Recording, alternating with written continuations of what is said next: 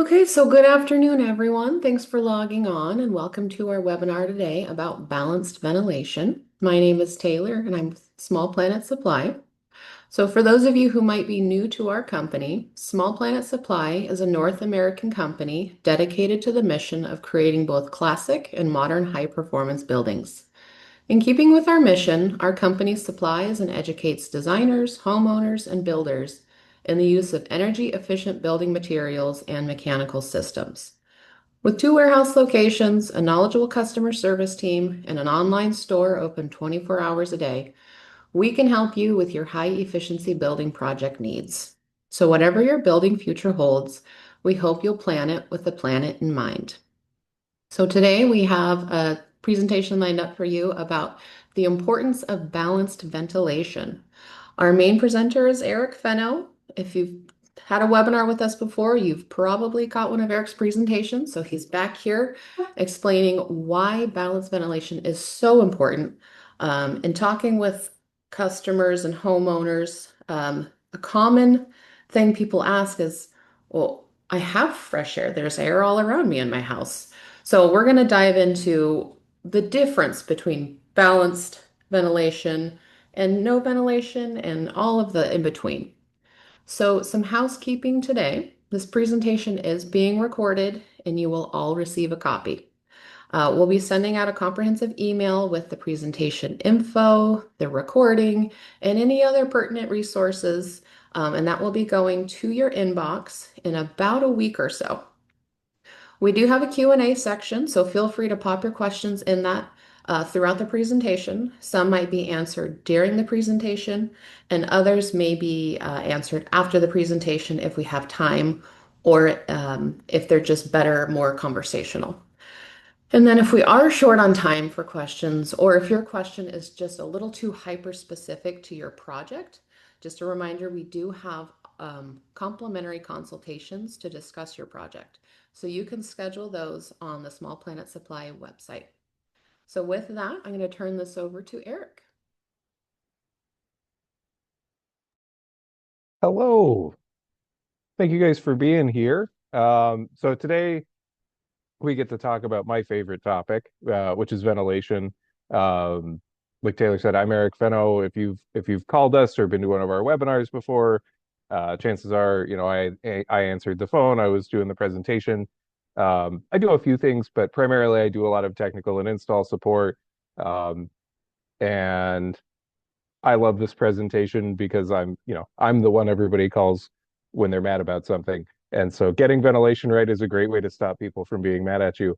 Um, this presentation could also be called Ventilation 101. We're going to cover a little bit of history, why it's so important to ventilate just at all, but also what we're shooting for and kind of the three main ventilation strategies we see in projects today.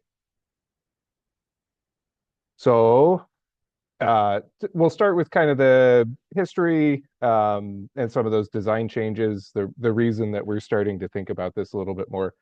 Apologies to Dr. Allison Bales for spoiling his book. Um, Houses Do Need to Breathe. We don't have time to go through the whole book, but if you're new to building science, that's totally worth checking out. It's called A House Needs to Breathe, or does it? Um, and they do. They always have, right? They always will, because a house is a place where people live, and people are kind of gross, right? And it's just there's products of human existence that are less than ideal. We need to talk about construction styles on top of ventilation. We can't talk about air movement in a vacuum. Eh. There's more of those, sorry. Right, because ventilation strategies are a reflection of the way that we build. And, indeed, as funny as it is that the V in HVAC stands for ventilation, ventilation really was a carpenter's job for a long time until, 50, 60 years ago. And even then, it was just kind of a neat bonus for the HVAC crews, right? Or they were really focused on conditioning uh, and that comfort side of things, even though ventilation is actually a comfort side. Um, so we need to understand that, from the beginning, that the reason we are, for many of us, talking about this for the first time is because we now build in a way that requires us to be intentional about it. It's not a change in ideas about what a building needs. They knew you needed ventilation 1,000 years ago. It's a change in our strategy in response to the change in the way we build. And so that brings us to my favorite analogy, the thermos versus the colander, right? Or vacuum flask for the brand neutral among you. But you might be saying, those items aren't really related, right? They both deal with hot water or hot liquids. And you'd be right. And that's kind of my point. We have different priorities now. The goal we're trying to accomplish is a little bit different. We still have the whole keep the water off your head thing. Um, but we're really focusing more on energy consumption, energy use now. Um, and when we move to those, and that's a good thing, right? But as we move to those methods, we have to be really intentional about our ventilation, right? And that kind of brings us to the thermos, with or vacuum flask, whatever you want to call it. It's basically just an insulated container, right? It has one massive advantage though over a styrofoam cooler or similar, right? It's airtight. And that's why yesterday's soup will still burn your tongue if you're just chugging soup out of your thermos for whatever reason. The air in that bottle can't convect out, and the heat can't bridge through the walls because there's a vacuum in there. And when we look at a modern building envelope, we're really trying to build what is effectively a thermos. We want to minimize the conduction through our wall assemblies as much as we can, and we're pretty good at it. And we want to eliminate air movement as an uncontrolled variable as much as possible. So, back in the day, uh, basically since we started stick framing stuff, and before that, log cabins, etc., we knew that houses need to breathe. And so, people back in the day were just kind of tougher. They wore sweaters, they had a lot of wool clothing, they would chop down a redwood and, light the hearth fire and generally just kind of suck it up. Your dad or your grandpa, they had eyes in the back of their head and they were always pointed at the thermostat, right? You put on a sweater. And that's the result of their being accustomed to this style of building, right? Which sort of carried with it a way of life, right? Behaviors around the way that building operated that you don't really think about. You do them. Don't touch my thermostat. It's going to cost me $1 bajillion to heat this place.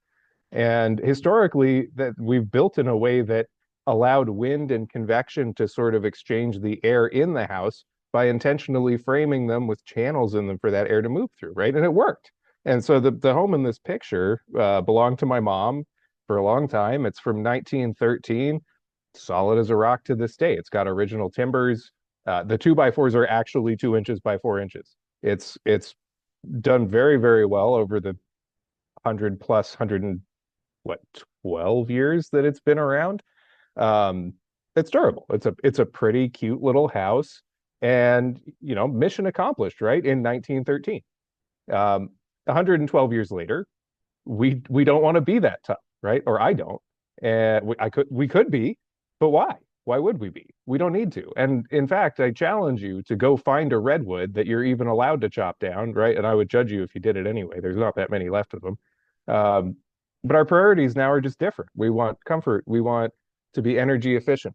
And in many cases, we want to live in a way that doesn't require us to impact our environment so dramatically as to have to chop down trees all the time, uh, burn stuff to stay warm. We want to be comfortable and we want to be healthy. And a lot of us, myself included, kind of want to stick it to the utilities wherever we can. Uh, we've been doing that with insulation for a long time. We got pretty good at that. Not all problems are solved, but we are pretty good at it now. And so the big problem we face with energy efficient building now, with insulation and no air control, is that now our biggest source of heat loss is basically uncontrolled, right? It's an uncontrolled variable if we're not being intentional about our ventilation strategies.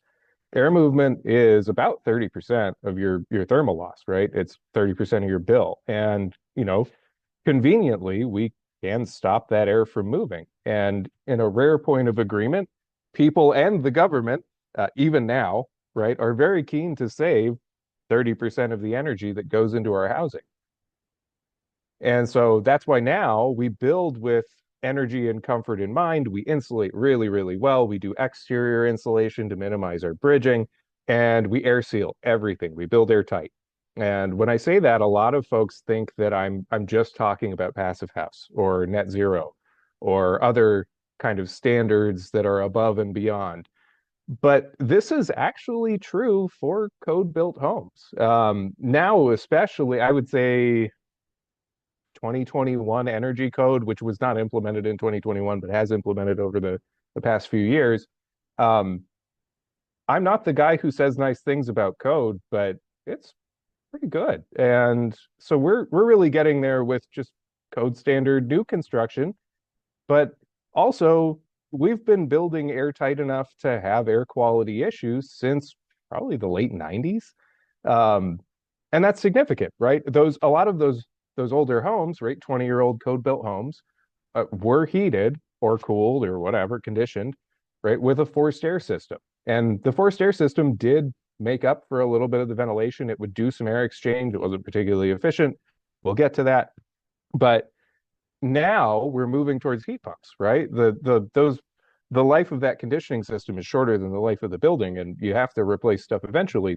And as we move towards heat pumps, towards mini splits, hydronic retrofits are pretty rare, but as we move in that direction, those methods tend to not bring as much air into your building envelope as your furnace would, if they do any, if they bring any air in at all.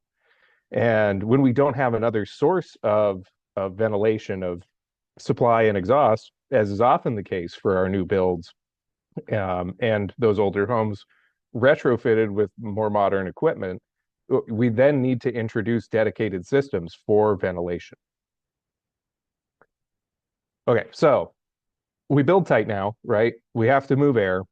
Why do we have to move air? Who cares? And admittedly, and this is coming from the ventilation guy, ventilation is not particularly sexy. It's not the most exciting thing on earth. It's like a Ferrari's radiator, right? It's brushing your teeth. It is this unfortunate combination of things where if you do it correctly and you do it well, nobody will ever know. Nobody's ever going to ask about it, right? Nobody's going to care. But if you don't do it, then your Ferrari is going to make it about 3 blocks before the exhaust manifold turns into a very expensive gas-powered light bulb. And so, like radiators, like brushing your teeth, washing your dishes before they pile up, whatever, ventilation is a mitigation strategy where, unfortunately, the best outcome is kind of nothing, right? And the worst outcome is gross and expensive. And so for the dopamine driven among us, myself included, it doesn't exactly make for a great driver of interest, maybe. But I will tell you, right, as the guy who goes on site and who fixes things and commissions HRVs, I can tell, I know when I walk through your front door if your ventilation strategy works or not. I can be 2 feet inside the front door and know if it's ventilated correctly just by feeling it. Okay. And so why is that? And a big one is humidity. There's a few, it's really sort of the sum of the contaminants, but we'll start with humidity. And that's the big one that people can feel. Um, I'm going to talk about RH for a second, even though it's not a particularly important distinction for conditioned spaces because they're all roughly the same temperature. But if well, assuming your furnace works or your conditioning equipment works. But normally when we talk about humidity, we mean relative humidity, RH, right, which is relative. Air sort of expands and contracts as it changes in temperature. It expands and contracts its ability to hold vapor, that is, right? So the warmer air is, the more vapor it can hold. Relative humidity is expressed in a percentage of how much air or how much vapor the air is holding relative to how much vapor that air can hold at a given temperature. And so that's why it's this weird percentage. That's why it's sort of an unintuitive thing to try and look at if you're new to this. Not super important for our purposes, but it is, something you should know that relative humidity is relative to the temperature. Um, so what you should know about this, right, is that we do not want to be at 0%. There's kind of a notion that humidity is bad universally. We want it to be low. We don't actually want it to be low. You can see in our picture here, we've got kind of a nice little butter zone in the middle.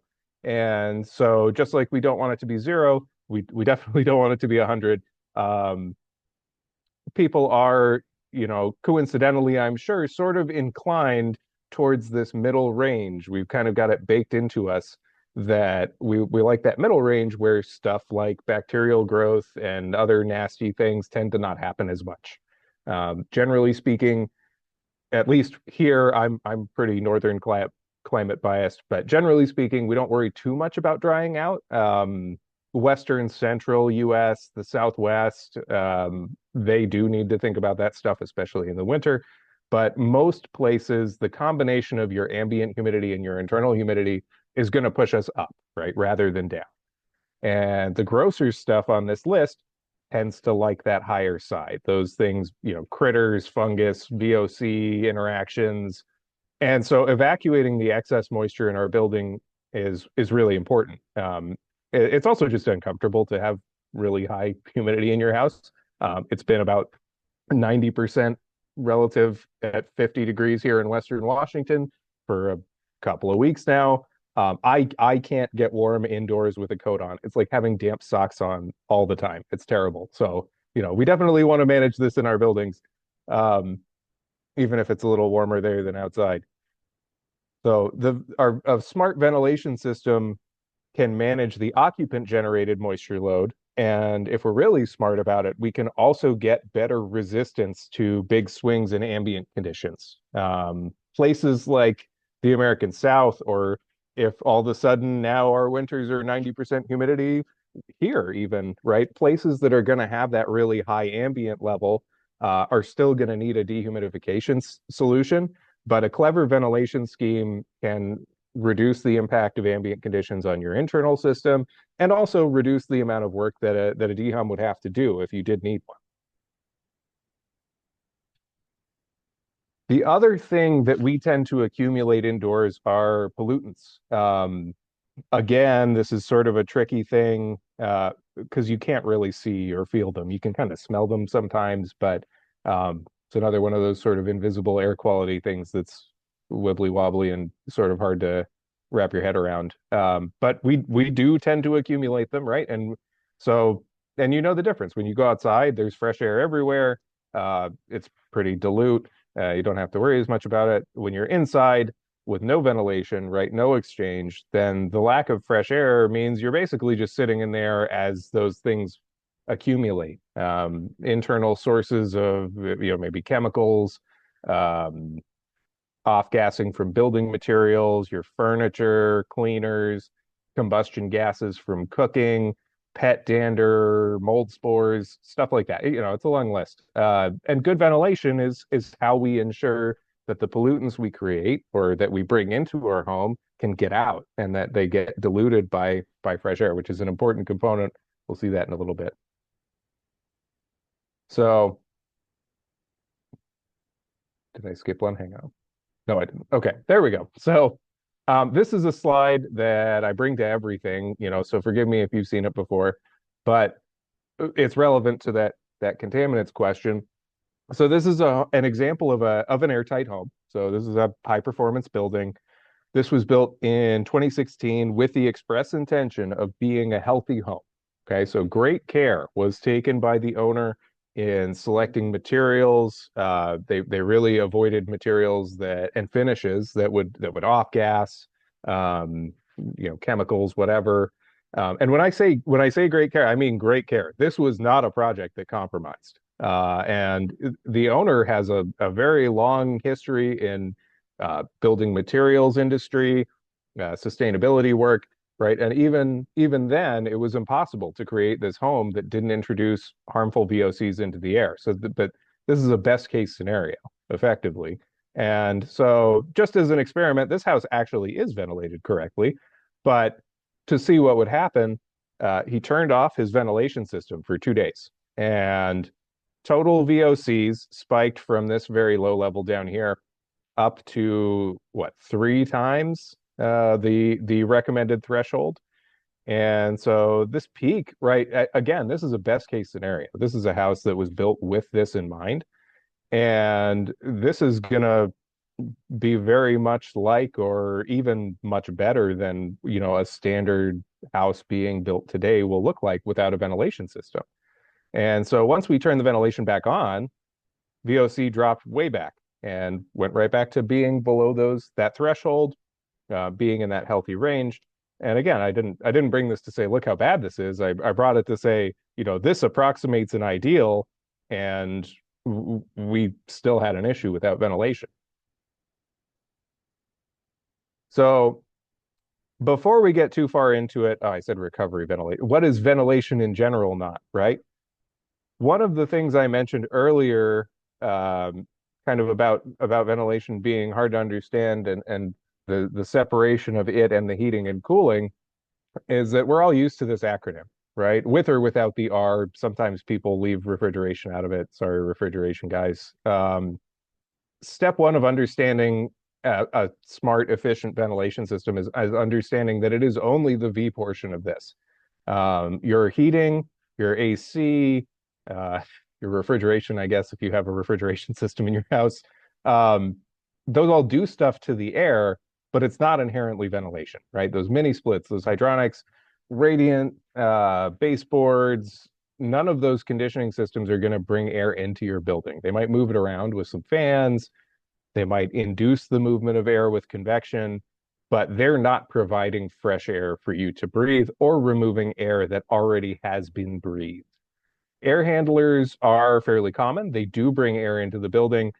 They also dump a ton of conditioning into that air.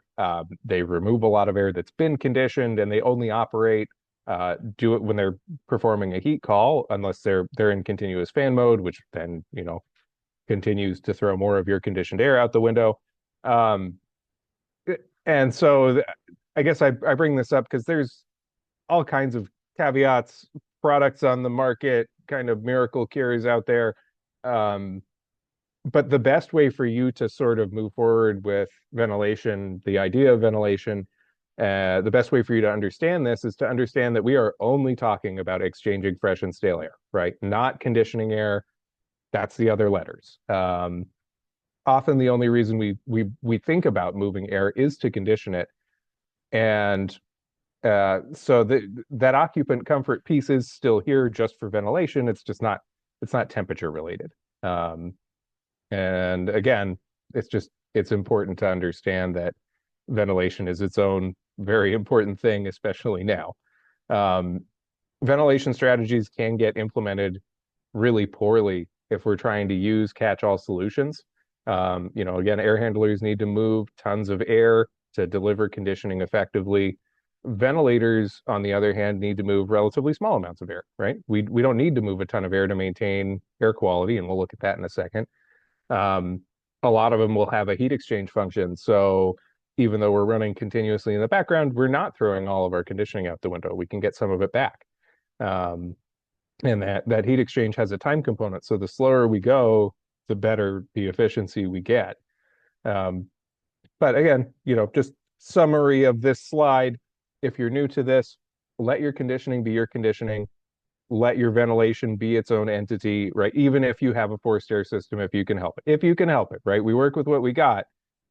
Half of something's better than all of nothing. But if you can help it, let them be separate. Have them be separate. And so here's kind of what I was talking about with the flow rates, right? So these are the prescriptive rates for continuous ventilation. And so continuous means always running. If you're relying on demand controlled systems like a bath fan, then these numbers are higher actually by a fair bit. Um, but the point kind of remains, even if you are relying entirely on demand control, these numbers are going to be way less than what an air handler would be doing.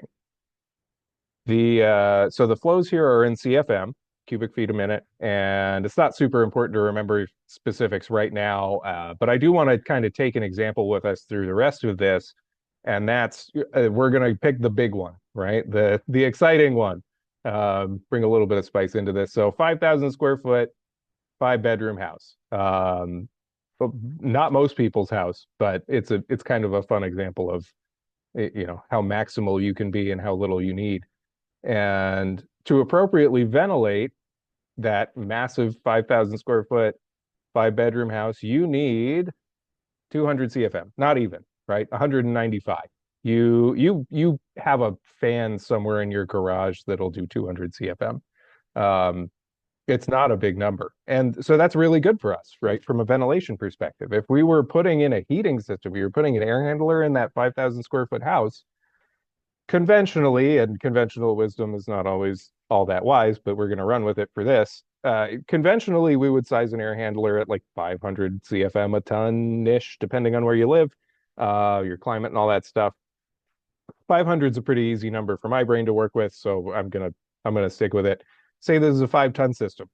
So 5-ton air handler, we need 2,500 CFM worth of air handler to distribute the conditioning for this house. 12 and a half times as much air as we need just to have good air quality. We'll get into why that's not super ideal as a ventilation strategy, but also just right from a distribution perspective, you can see how it would be difficult or impossible to have those two systems be working with the same distribution network, right? It'd be very, very challenging to size a duct system for 2,500 CFM and 200 CFM at the same time. So that brings us to our ventilation strategies. So if you had missed the previous 10 slides, you need one of these now. We're getting pretty good at airtight building, and that's a good thing. But we have sort of ended up in a place where the issues that used to be mitigated by the leaky envelope are now not being mitigated appropriately in a lot of cases. Sometimes they're not being mitigated at all. And we really don't want to have a situation where we're getting, A plus in airtight building and then failing ventilation and facing the consequences of not brushing our teeth, right? Of not having a good radiator for our Ferrari. Um, there's a few strategies that we can use, right? Balanced ventilation obviously is where we're going to end up. Um, we'll talk a little bit about why that would be. But we'll come back to that one. We're going to start with what we're using now in most of our projects. And our current go-to for projects that, just kind of everyday normal house is exhaust only, or at least it has been. It's not so much anymore, but um, most people are pretty familiar with that. It's a bathroom fan. Or bathroom fans. There are kind of bespoke ways to do this where they're specialized equipment. You don't run into that very much. It's usually just the bath fans. But fresh air exhaust systems use one or more exhaust fans, right? One direction to remove air from a home. And that induces fresh air to be pulled into the home through any available cracks or holes in the wall assemblies. Most of our projects stop at bath fans. The particularly thoughtful ones will kind of look like our diagram here, where we have an intentional makeup air path. Um, because that incoming air is likely unfiltered, unconditioned, we probably don't want to drop it into a bedroom, maybe living room, kitchen, laundry room. Um, and adding those extra makeup air ports does at least give us the option to decide where that air comes in. But more than likely, and by more than likely, I mean just about every project I've ever seen, we will not be using that setup. We just will have our fans. And when we're relying on those demand controlled fans and we have no makeup air path, those fans are basically just going to be pulling air in through, around your windows, through combustion exhaust, chimneys, your range hood, whatever. That's where we're going to be pulling air back in. So I am not here to universally dog on non-balanced systems. Supply definitely is getting an F. We'll get to that. But exhaust only has merits, right? We do it for a reason. It's cheap. That's really the big one. Is it's easy to do, simple. It's cheap. We already do it. Code revolves around it. Um, and it doesn't require a whole lot of homeowner stake, where that's something that is more on my end of things, but we do think about, like, is the homeowner actually going to change the filters in this? Or do we what interactions does homeowner need to have with this thing to make it work properly?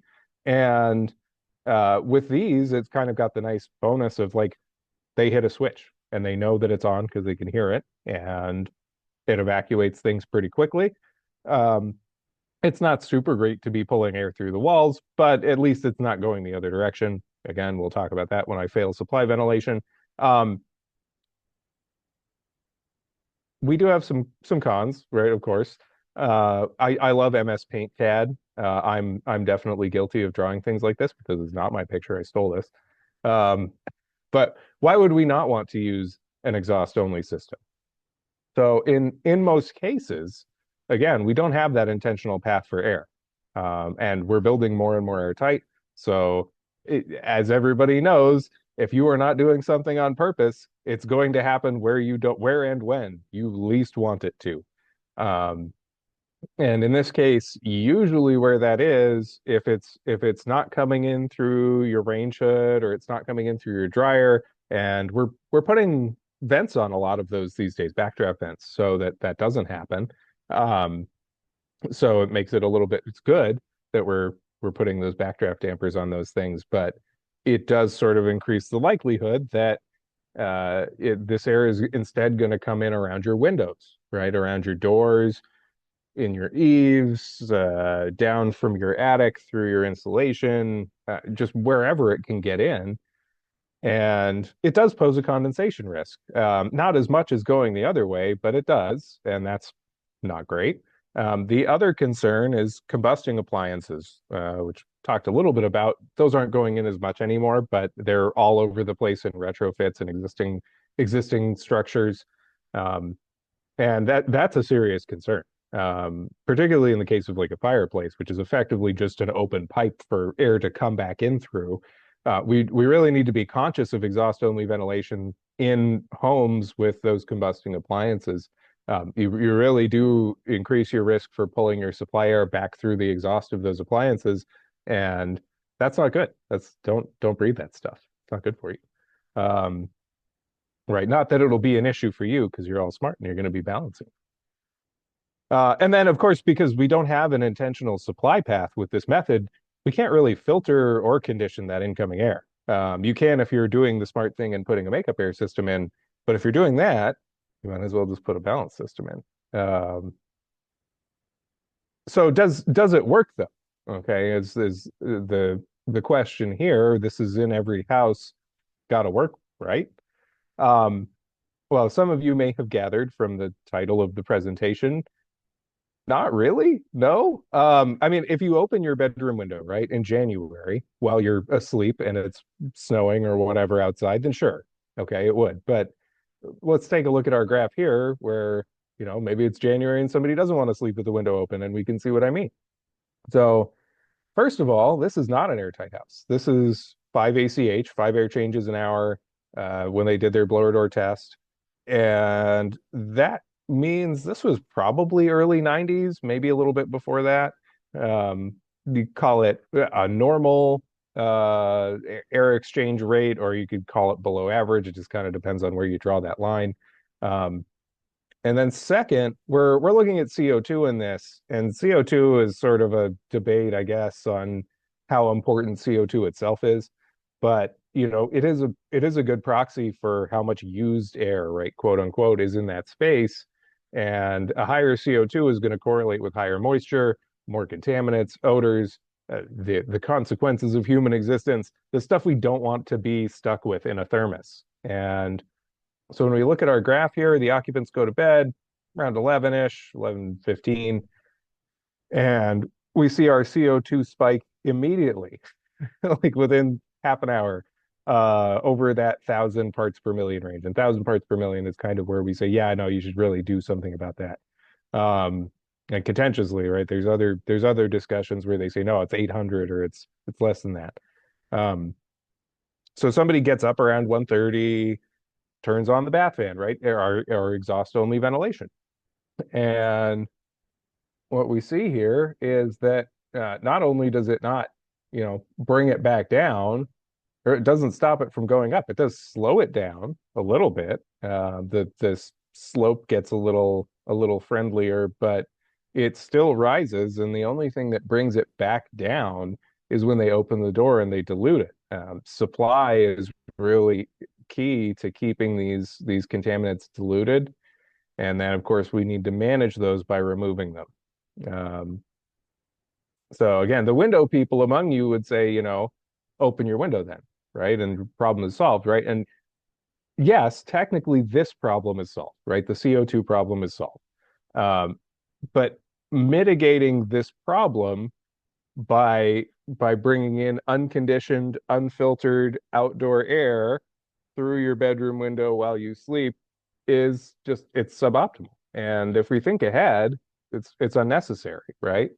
And this is, we're not getting into the principles of like exchange ventilation here, where we'll talk a little bit about recovery ventilation, but um, when you get into that more advanced kind of recovery ventilation schemes, when we get into balanced stuff, it becomes extra suboptimal because we really want our balanced system to be doing all of our supply and our extract so that it can be more efficient. All right. So supply only. We already know what my grade for it is. Okay. And so grain of salt here is that I am about as northern as they get. I've lived the majority of my life in Washington State. I was born in Maine. My grandpa grew up in Alaska in a town that you still to this day can't get to by car. So, okay, I have a pronounced heat and climate bias, and this is your chance to call me a frigid swamp troll if you want to, but it's bad. I don't like these.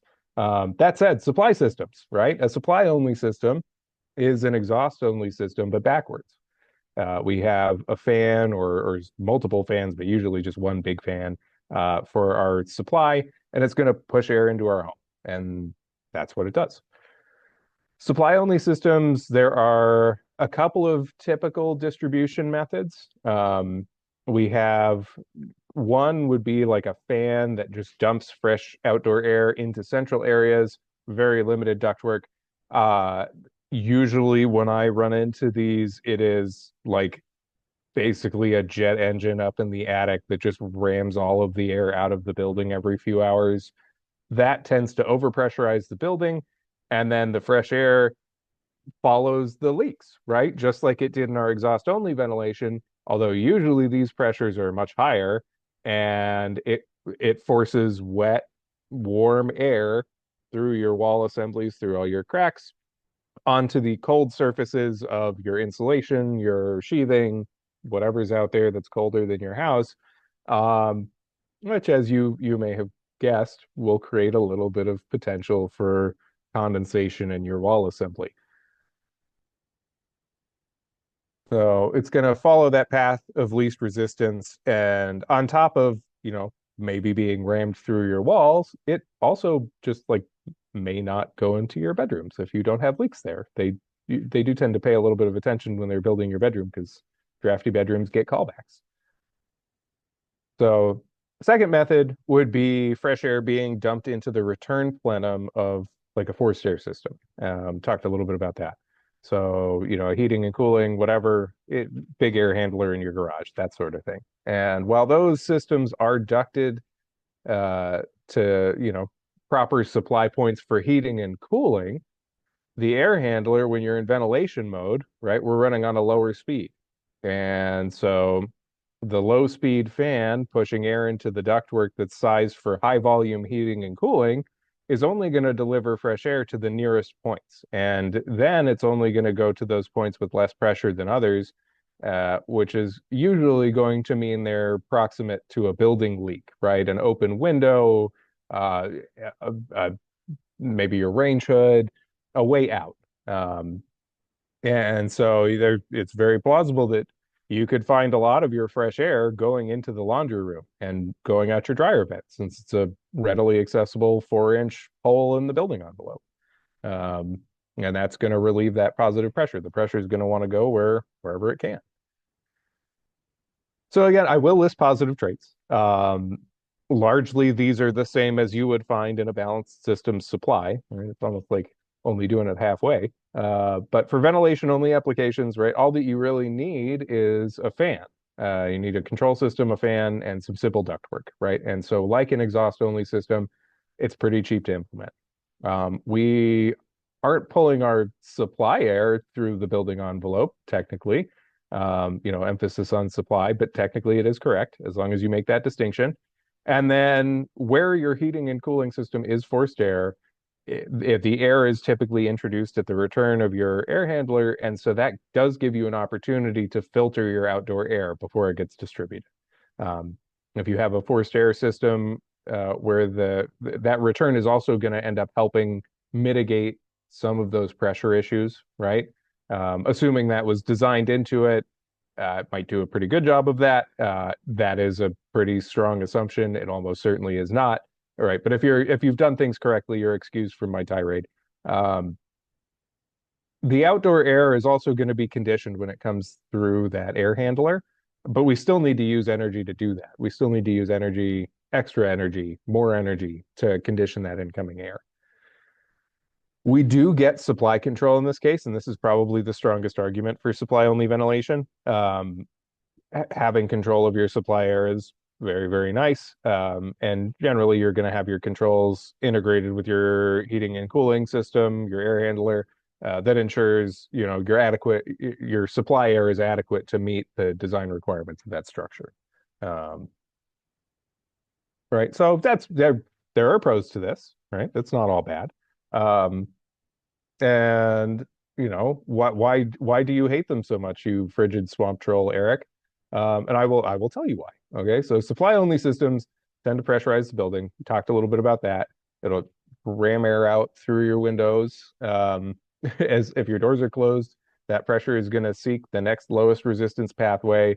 Um, and as the air passes through the building envelope, it's carrying the moisture from your internal moisture through the wall, and it can condense on your cold surfaces, which there's a lot of surface area to insulation. There's a lot of surface area to wall sheathing, and they tend to be fairly cold surfaces towards the outside of the building, at least during heating season, right? Which where I live is always, except for maybe July and August. And so wetting within that building envelope can lead to mold. It could lead to pretty serious durability issues. So personal experience with this, as the owner of a poorly ventilated house with an air handler in it, I have several windows that I get to replace because mine does this. And so when the ventilation air is distributed through that forced air system, the ventilation flows are again relatively small compared to the amount of air you actually need to carry you know, you need less air to ventilate than you do to heat or cool. And so those lower flows are so small that they really kind of get lost in your ductwork if it's sized for those bigger flows. Um, and again, it's only going to reach those nearby supply registers. So, and if you, like me, have a daylight basement, then the part of your house that's underground is going to end up having issues with moisture and stagnation because the air is not getting there. It's not getting ventilated. With a supply only system, odors and allergens can kind of get pushed around your home, especially don't put a supply in your bathroom. If you do this, don't do this, but don't put a supply in your bathroom if you do this, because everybody else is going to smell too, right? If you, like me, have three cats and three kids, containing those things is going to be important to you. And I swear my vendetta against these was not personal originally, although there is a little bit of a component there now. So finally, we'll take a look at balanced ventilation.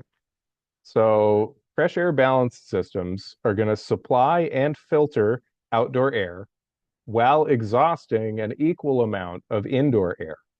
This type of system maintains a neutral balance in air pressure that is going to minimize those moisture risks from going through your building envelope. And then we can often equip these, and you really should, hint, hint, it really should equip these with a heat and moisture exchanger. That's going to optimize your efficiency, your comfort, going to save you a lot on your heating bills, and it's going to keep your air quality pretty nice. We're not going to talk too much about those, but that's your spoiler. We are doing another webinar, I think January 15th, something like that, where we get a little bit further into recovery ventilation. Um, but we can, it's effectively what I'm saying is we can capture the heat in your home before it leaves in the winter, right? We can bring it back in, we can introduce it to your supply air, or we can reject that heat if it's the summer and you don't want your house to be warmer. We can dump it into your colder outgoing air, and in by doing so, cool down your incoming air and dump that extra heat back outside where it belongs. So we can also do a similar thing with moisture in if you're in a climate that has humidity concerns. And again, we'll do a deeper dive on that another day, but it is a really, really important facet of balanced systems.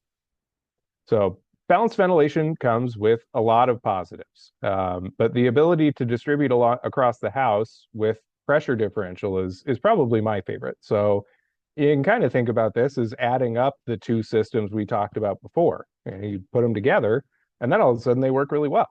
So because we're neutral to the outside and we have these sort of zones of pressure gradients inside from where we supply stuff and where we exhaust stuff, we can kind of control things that way, right? We can plonk a supply in our living room here and plonk an extract in our bathroom here.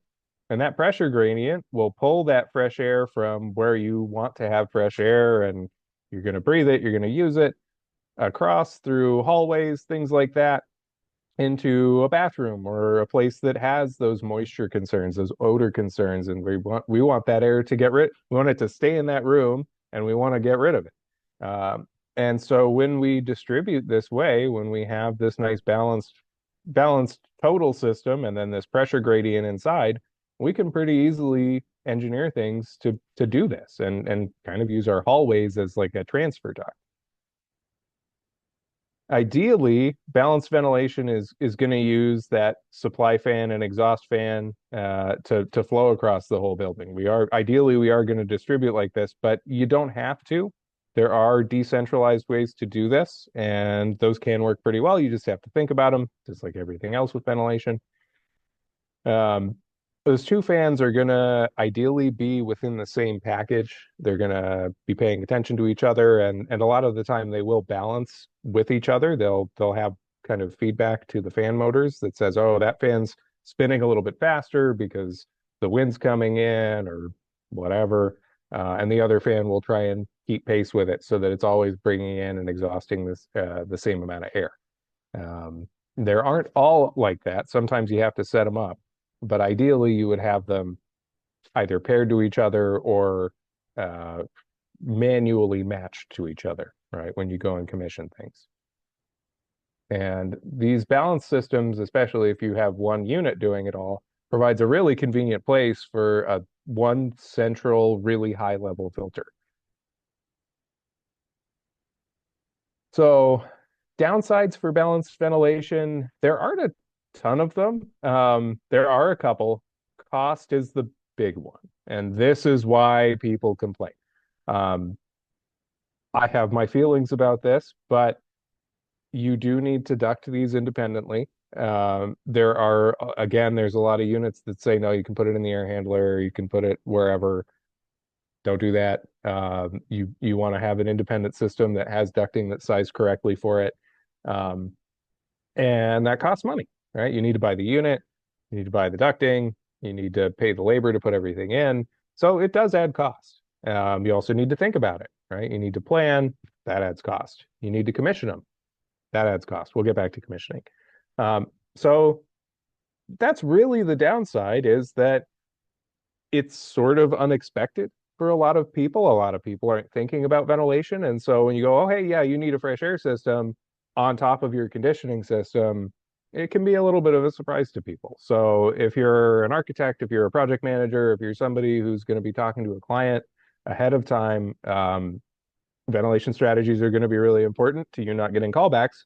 So you should talk about this with them ahead of time, because you're going to want one and you're going to want it to be done right. And so if we do think ahead, you know, your benefits are enormous. And I don't think these should be considered any more optional than your heating system with the way we build today. Talked all about the problems that you can face without them.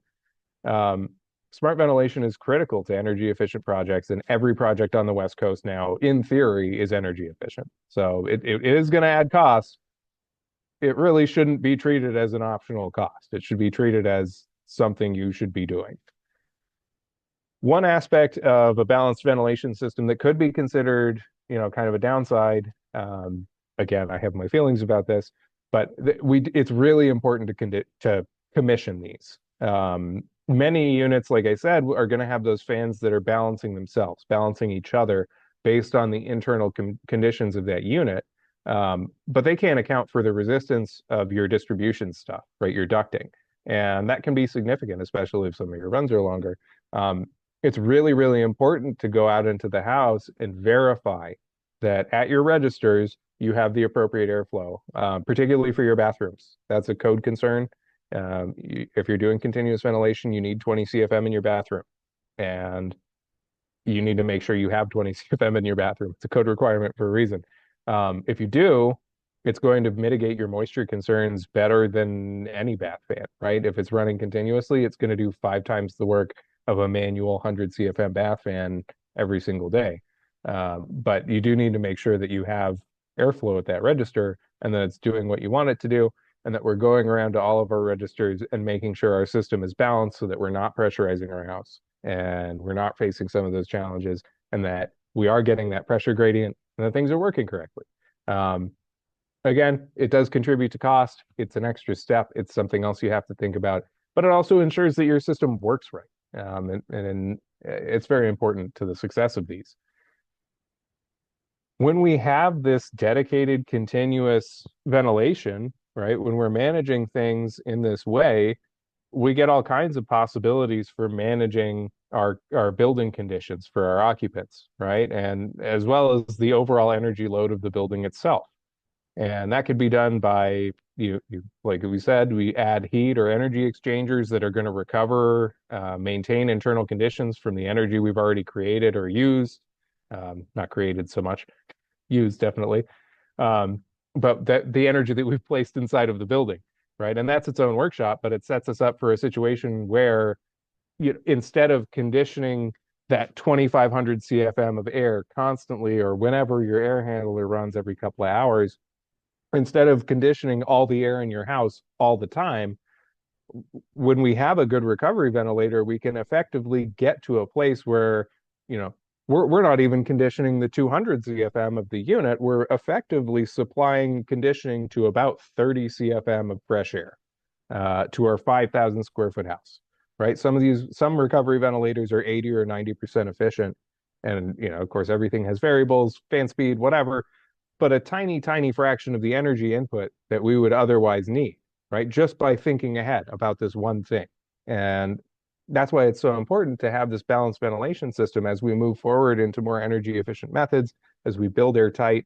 We're building those ways for occupant health, for energy efficiency, for comfort. And we need to be thinking about this to achieve those goals. This is a piece of that puzzle. And you really need a balanced system now to do that. Ideally, a balanced system that's going to have some kind of energy recovery in it. So I love a thing that's more than the sum of its parts, right? And that's where balanced ventilation takes us. We can take those two systems we already had, combine them thoughtfully, right? And we can end up with this 5,000 square foot house that has the ventilation energy penalty of like a tiny home. Right. And emphasis again on thoughtfully. If you have one takeaway from this, it's that you should plan on having a ventilation strategy and you should plan on doing it, from the beginning. So, there are a number of sort of purported miracle cures and solutions where we can put it on an air handler. We just need to check the box for the code guy. I don't care about this that much. It's just they're making me do it. And you all seem nice. You've sat here and listened to me run my mouth for an hour about moving air around. You're good company. So between you and me, don't do that. Make ventilation its own thing, right? Have a balanced system so that we don't run into any of those issues with our thermal envelope, with our air barrier, um, with our efficiency, with our comfort, make ventilation its own thing and consider it to be an important thing. And if you do that, right, your house isn't going to need a root canal and you aren't going to have to sleep with a window open in January or when the world is on fire, or ever really. And so thank you all for coming. And we'll address questions now. We'll hang out for a bit. I'm sorry if my inability to shut up made us run over time. And if you need to head out, we will see you for the next one, which I think is that, yes, central, decentral on the 15th. And again, if you're new to HRVs, ERVs, that would be a good one to check out. It's like Ventilation 201. All right, thank you. Actually, we're on perfect timing. The one question that's still open to discuss is a good one. How does makeup air work in a balanced system? Oh, that is a good question. You need makeup air in a balanced system. Sometimes, usually, asterisk, of course, there's always a footnote. Your range hood needs a makeup air in a balanced system. Generally speaking, your range hood is going to be moving, 300 CFM, something like that. And a lot of the time, if your ductwork is sized correctly with a balanced system, it's not going to do that. It's not going to pull the air through them. And or it's going to create a resistance and your range hood fan is going to wear out. The best way to do a makeup air for that range hood would be to put it right at the range. So supply the air as close to that appliance as you can. Um, in that way, the range hood is going to be depressurizing your house a little bit, but instead of pulling the makeup air through all of your ducting, messing with the efficiency of your heat exchange if you have one, messing with your fans, it's just going to be pulling it through the path of least resistance, which is going to be that makeup air port right next to it, up and out, and then it's not going to be throwing cold air into the rest of your house too. Makeup airs are very important for range hoods. If you have a larger one, especially, they do have recirculating range hoods, and those ones are a different case. But for most of us, um, if you've got a dedicated range hood, then you would really want to makeup air. Um, Sometimes the microwave ones you can get away with it without having one because they're not very good at being range hoods. And usually they rate them for like 150 CFM and they actually do like 80. So if you have a range hood that's not very good at being a range hood, you can get away without a makeup air. But for everybody else, you're going to want one with a balanced system. Great. We had one more pop in. If I want to use earth tubes to precondition summer air intake and a passive solar sun space to precondition winter air intake, what sort of switching might you suggest for reliability? I need to read that one. I got it. My brain can't do that many words at once. Sorry. Earth tubes, precondition your winter air. I have to think about this for a second. I'm not sure I fully understand with the switching thing. Are you talking about diverting into your earth tubes when you need to precondition? Is that Maybe this is a good one for a that might be an email question. I think I need to follow up with you on that one. I will throw my email into your question here. All right, so as you're typing that, so looks like Q&A is settled, unless one pops in as I ramble on. Eric, if you'll go to that last slide and we can wrap this up. So just a preview of what's to come. So we've got the PowerPoint recording and the slide deck all come into your inbox in about a week. So look for that in your email inbox. And then next up, we have centralized versus decentralized ventilation. So like Eric said, kind of a 201. So that will be Thursday, January 15th at 12 p.m. Registration for that is open on our website right now. So go ahead and go to that. And then on that same day, we have an in-person event for those of you who are in the Thurston County reach. Eric will be at the Olympia Master Builders Home Builders Expo, which is in Olympia. Sorry, the formatting on that kind of scooched. So that will be at 5 p.m. So I think registration is open for that through the Olympia Master Builders. We'd love to see any of you folks there.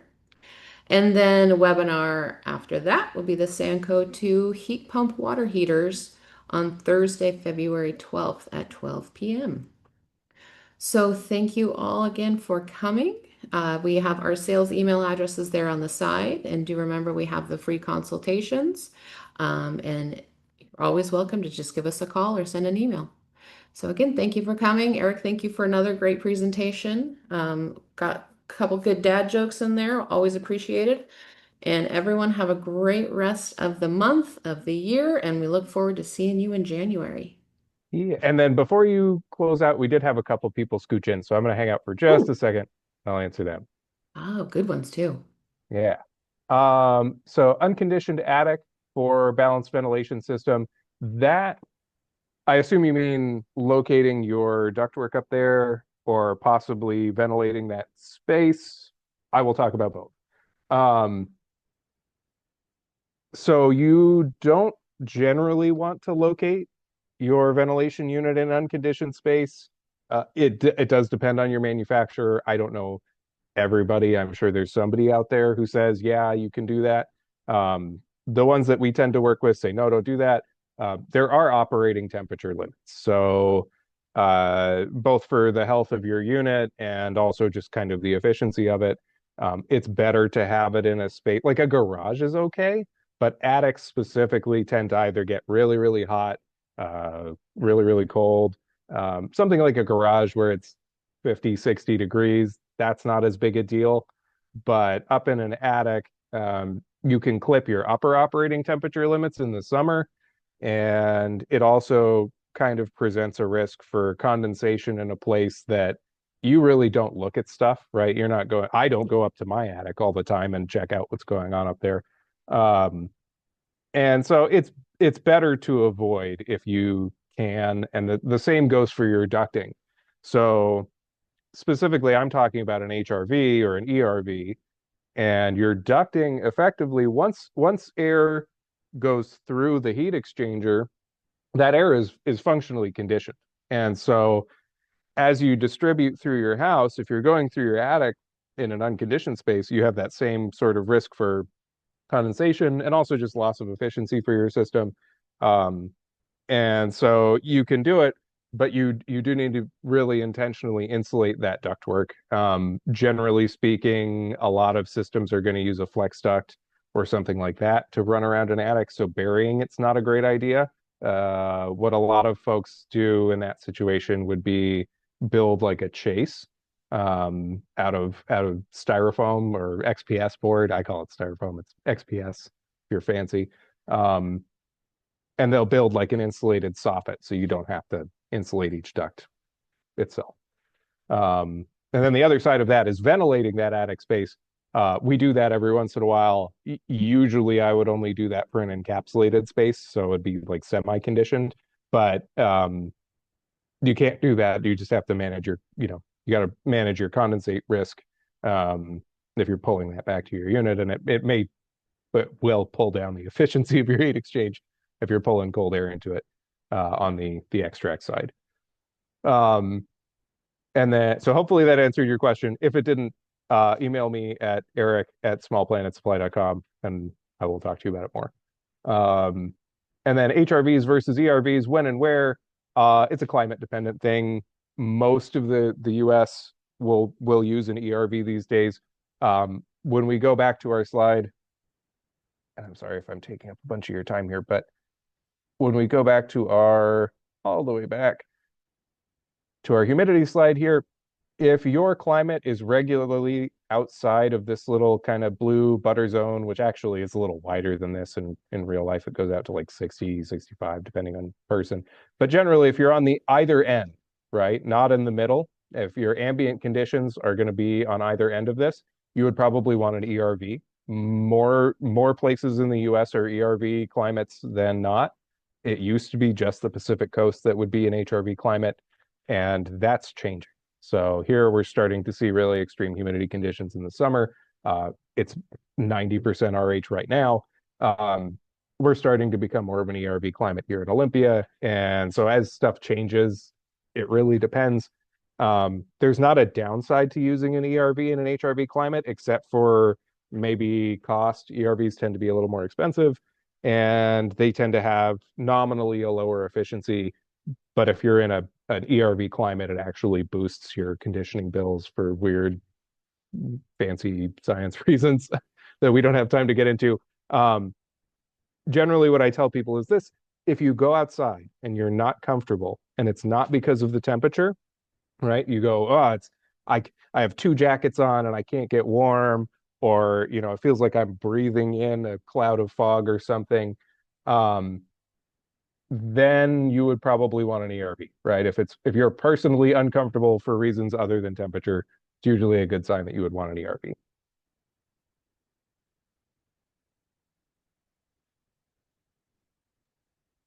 All right, last call. Wonderful. All right. Well, thanks again, everyone. Thanks again, Eric, and have a great rest of the day.